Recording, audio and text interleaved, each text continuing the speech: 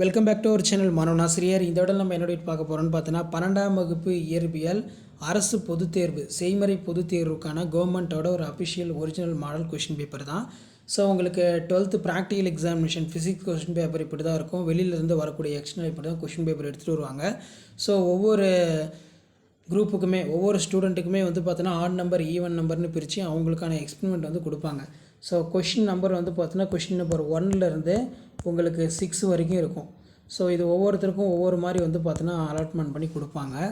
ஏ குரூப்புக்கு என்ன வந்திருக்கு, பி குரூப்புக்கு என்ன வந்திருக்கு அப்படின்னு, ஃபஸ்ட் ஸ்லாட்டுக்கு என்ன வந்திருக்கு, செகண்ட் ஸ்லாட்டுக்கு என்ன வந்திருக்கு அப்படின்னு.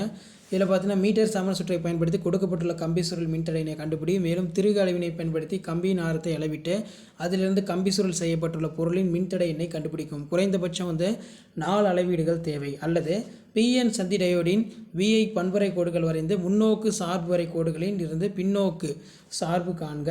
டான்ஜென்ட் கால்வனாமீட்டரை பயன்படுத்தி காந்தப்புலத்தின் கிடைத்தல கூறின் மதிப்பினை கண்டறிது. குறைந்தபட்சம் 4 அளவீடுகள் இருக்கணும்.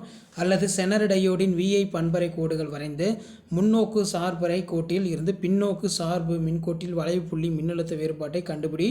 மேலும் பின்னோக்கு சார்பரை கோட்டில் இருந்து செனர் டயோடின் முறிவு மின்னழுத்த வேறுபாட்டை கண்டுபிடிக்கவும். அடுத்து பார்த்தீங்கன்னா மின்னழுத்த மானியினை பயன்படுத்தி கொடுக்கப்பட்டுள்ள இரு மின்கலன்களின் மின்னியக்கு விசையினை ஒப்பிடுக. குறைந்தது பார்த்தீங்கன்னா ஒரு 6 அளவீடுகள் இருக்கணும். அல்லது தொகுப்பு மின்சுற்றுகளை பயன்படுத்தி நாரு, நாண்டு, எக்ஸ்நாரு, நாரு ஆகிய வாயில்களின் உண்மை அட்டவணையினை சரிபார்ப்போம். நெக்ஸ்ட் 4 வந்து பார்த்தோன்னா நிறமாலை மானி கேட்டிருக்காங்க. என்பிஎன் டிரான்சிஸ்டர் கேட்டிருக்காங்க. 5 வந்து நிறமாலை மானியை பயன்படுத்தி கீற்றணின் நேர்குத்து. தொகுப்பு மின்சுற்றை பயன்படுத்தி நாண்டு, நாரு, எக்ஸ்நாரு அது கேட்டிருக்காங்க. அடுத்து பார்த்தீங்கன்னா டிமார்கன் முதல் மற்றும் 2வது தேற்றங்களை சரிபார்க்கவும்.